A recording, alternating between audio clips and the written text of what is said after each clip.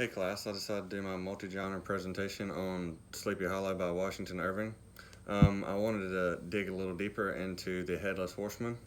So he's been around for a very long time, but nobody really knows who who created him, who came up with the myth. However, when Washington Irving used him, he actually gave him a background, so he kind of gave meaning to the story. But I wondered how and why the horseman came to Sleepy Hollow.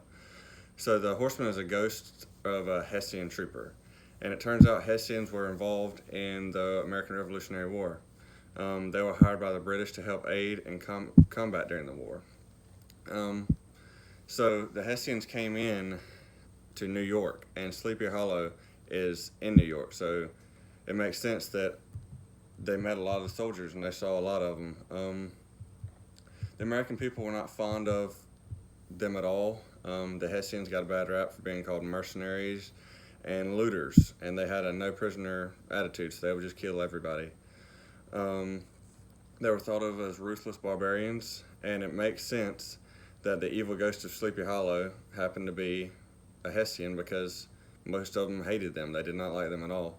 Um, Also, the story was not very long after the war. It was post-Revolutionary War, so the images of the battle were still fresh on their minds.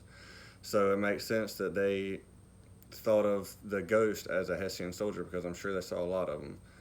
And so the Headless Horseman may have not been made up. He actually may have been based on a true thing. And for my presentation, I was going to use a picture collage.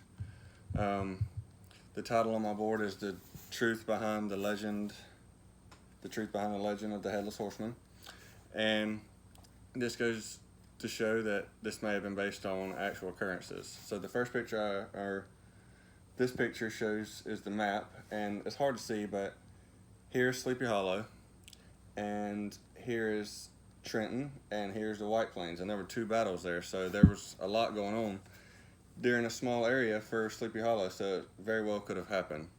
The Battle of Merritt Hill, or this is where the Battle of the White Plains was on Merritt Hill.